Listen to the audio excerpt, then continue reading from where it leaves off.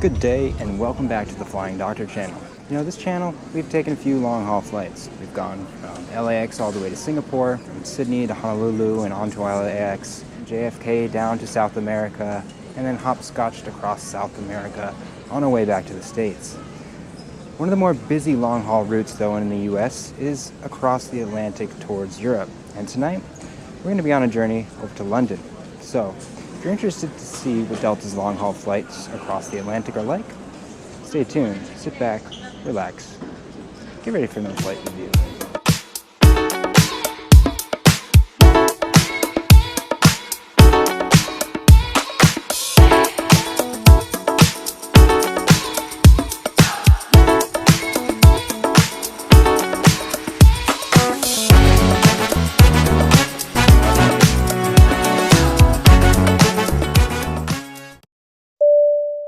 Atlanta is the home to a number of global brands, including the United Postal Service, Coca-Cola, and of course today's carrier Delta.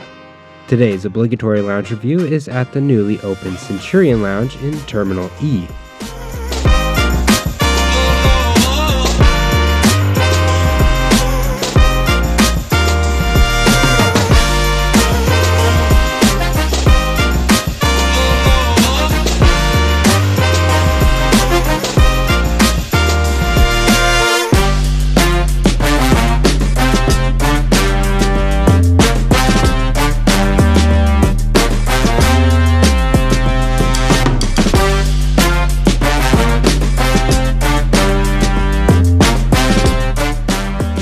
Okay, well, we made it through security. There was a bit of a hiccup, but we're through. And what do you think of the Centurion Lounge? As the obligatory lounge review, I think it's pretty nice. It opened in February 2024, and it is currently the largest Centurion Lounge in the network. I believe it's around 25,000 square feet or so. There are 3 separate outdoor terraces where you can see I am sitting right now enjoying the smell of jet fuel in the air, as well as some of the views. It's not the best day to look at planes, but there are planes, and that's really all that matters. So we'll check out the food. It didn't look like the greatest selection as I walked through earlier. They might be transitioning over from lunch into dinner. A lot of the plates were empty. So before we get out of here and get on our flight, we'll definitely head over to the buffet area and take a look at that food, and I'll let you know how it tastes. While I did not consume alcohol on this particular visit, those who enjoy a bit of government-regulated moonshine will find solace in the Reserve. More than 20 classic and new American whiskeys can be tasted in the speak-easy-like atmosphere. There are 2 primary buffet-style serving areas at the end furthest of the lounge's entrance. The warm options for dinner included pasta, chicken, and vegetarian options. Fresh vegetables, hummus, and salads separate the solid from their liquid meals, which today was a Baja-style chicken enchilada soup. While branding is essential to Amex, their lounges often embrace the location's culture. In the Atlanta Centurion Lounge, hospitality and a southern twist on the food ensure visitors leave feeling welcomed and full. 3 additional, smaller, self-serve food stations are situated throughout the lounge space. A selection of indulgent treats are available at 2 of the 3 smaller food stations, which are also home to self-serve coffee and tea. Located at the center of the lounge under the black olive tree is a fresh vegetable and hummus bar. Restrooms are located at the end of the lounge nearest the main buffet tables and were spotless when I visited. With my boarding time nearing and eager to get an eye on tonight's ride, it was time to find my way to the gate. If you're new to traveling, curious to see what airports look like across the globe, or are an av geek and just need some background noise, check out my Rollerboard Diary series. You'll get a suitcase's perspective of the inside of various airports and have a better grasp on how to navigate the airports with free airport maps. The gate tonight's aircraft is parked at has 0 windows, so a simulated image of the plane will have to do. The only wide-body Boeing aircraft that remain in Delta's fleet are 64 767s. Tonight we are on one of Delta's 21 767-400s in a 3-cabin layout with 34 lie-flat Delta One suites, 20 premium select seats, and 184 economy seats, 28 of which are branded Comfort Plus. While not a Comfort Plus seat, I found my way into a seat with arguably just as much legroom as Delta One. Alright, well, welcome on board Delta Flight 30, non-stop service from Atlanta Hartsfield to London Heathrow. We got a nice window seat here, great view out over the wing, and we got a nicer row. So there's ample legroom. Get a bit more into the seat where the in-flight entertainment is once we're airborne. See what's on board for options in terms of meals. See how we sleep. Hopefully we sleep well. Me, not we. And yeah, I believe flight time's around 8 hours or so. Hop across the pond, so let's see how it is. Yes, flight time is 8 hours, 11 minutes, and we will cover a distance of 6,760 kilometers or 4,200 miles. Rather than pushing the tail north to taxi between Terminal Delta and Echo, we ended up taxiing around Terminal Foxtrot and passing all the other terminals on our way to the active.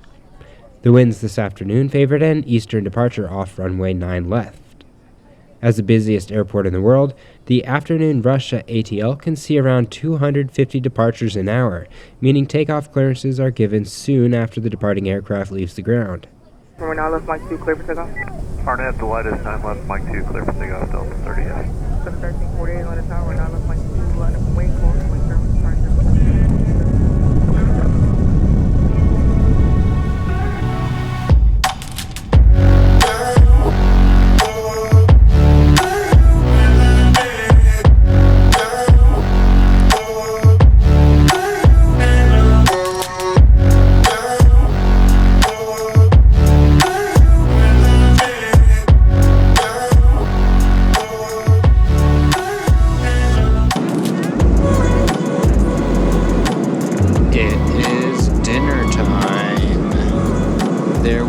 Options available.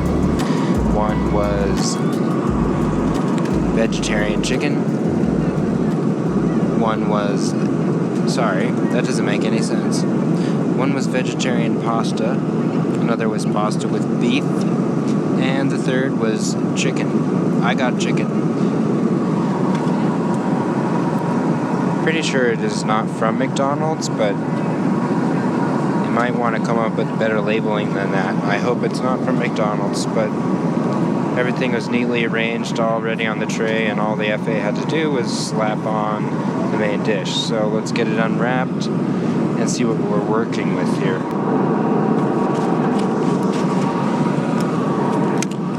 Alright, so I cannot say that I am impressed with how it looks, but what matters is the taste, and that no food poisoning occurs, and that it fills me up. So I think there is some chicken in there somewhere.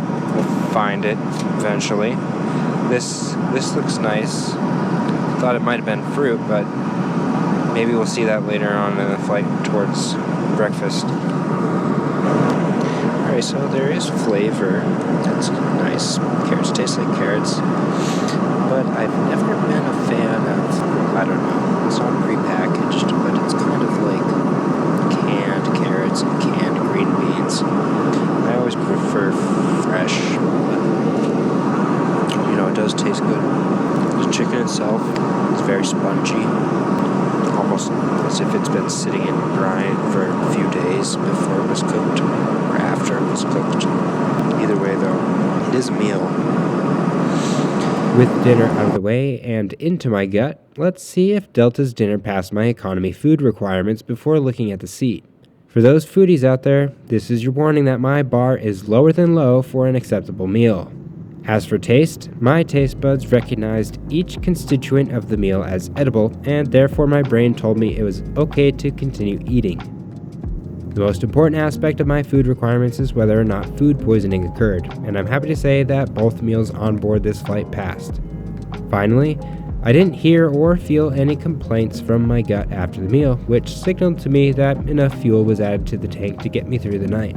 Even though the economy food passed my threshold with flying colors, I do have one strong critique. Sure, other airlines may provide better looking, better tasting, more filling meals for economy passengers, but none of that matters if a bit of rough air sends your meal on its own flight. If there were any sort of turbulence, there's a solid chance that that serving tray and what was seated on it would slide right off onto the floor or your neighbor. I mentioned I was in the exit row at 41 Golf. As you can see, there is ample legroom in front of me. Of course, there is the emergency exit, and then, as my wife would say, the oh shit handles. Then we have the crew seats for departure and arrival. The tray table pops up out of the armrest. To the right of the seat recline button are two illuminated buttons, one of which is the attendant call button, and the second is most likely the reading light. It's hard to see, but the symbol covering the lighted button is completely worn off. The in-flight entertainment screen slides forward out of the lower armrest, extends up, and rotates. In case the plane is ditched into a body of water, a personal flotation device is underneath the seat, but I've got first dibs on the inflatable raft in front of me. Just kidding, I'd probably be dragging people out of the plane. The standard airline pillow and blanket were set atop each seat. They made attempting to sleep slightly easier than not having anything. A single universal power outlet located underneath the seat nearest the aisle is shared between both passengers in economy, while passengers in Comfort Plus, Premium Economy, and Delta One have access to at least one power outlet each. I'll take a walk around the cabin and see if there is anything worth noting, but in the meantime, I've been entertaining myself with the views outside, trying to spot the other aircraft headed east to Europe. On that note, let's actually take a look at some of the numbers related to flights from the US to Europe. Since I've never hopped across the pond, my internal aviation nerd curiosity got the best of me. What was shocking to me is just how many seats on direct flights from the US to London are available on a weekly basis. Expectedly, most aircraft carrying passengers are wide bodies, with the 777 accounting for 85,000 seats, followed by the 787 and the A350. The A330, A380, Boeing 767, and A321neo bring a combined 64,000 additional seats. Think about that for a few seconds. On this particular week of travel, nearly 250 million seats are theoretically available for purchase on direct flights from the US to London Heathrow. That's damn impressive. I can go on about all the interesting findings I uncovered, but you probably didn't click on the thumbnail for a data analytics rundown, so let's get back to the flight. I think my past self had some time for shut-eye. Breakfast time indicates we are quickly approaching our destination, and in terms of sleep, I am still trying to learn how to do so on an airplane. With around 3 hours of broken sleep, however, the Mediterranean breakfast calzone and soon-to-be rising sun breathed new life into my bones. As mentioned earlier, the breakfast meal also passed my 3 food-specific requirements. I will note that there was not an option provided for this round of food, so it's a take-it-or-leave-it meal.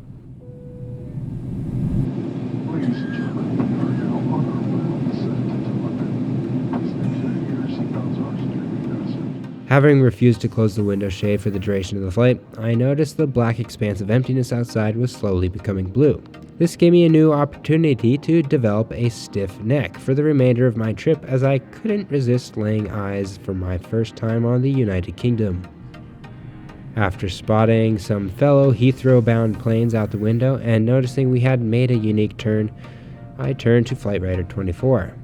My suspicions were confirmed. Air traffic control likely instructed us and the other aircraft to perform some sort of holding pattern to provide for proper spacing on all of the heavy morning arrivals. Lucky for us, however, it was a brief delay to our final approach, and we were quickly lined up and passing over downtown London. While the sun hadn't fully popped over the horizon to illuminate the landscape, I was able to identify a few notable landmarks before we touched down. As this was my first trip across the Atlantic, I'm not going to provide any significant summary comparing Delta's product to their competitors. Rather, I'll comment on general thoughts on the flight. In terms of timing, London is one of the busiest long-haul routes from the States. This means that getting a flight across the pond at any time of the day is relatively easy if you're willing to make a connection. The demand for seats to London is high, which on paper would make prices competitive. However, flights to London are very popular among business travelers who are not as concerned with price as someone taking a leisure trip. The seats themselves were comfortable, and the food offered on board passed my test, so no complaints there. The blanket and pillow provided were useful, but not something I would rely on for routine use. I've used Delta's in-flight entertainment numerous times and didn't bother to show it in this video, but the airline does offer a strong catalog of entertainment and one of the better in-flight maps out there. Where Delta stands out currently in terms of entertainment is free onboard Wi-Fi, which I did make use of. Once connected, browsing the web, sending emails, or even streaming content on your own device opens up a new world of entertainment. And the fact that the service is free to Sky Miles members can arguably put Delta at the top of the list for IFE. Ladies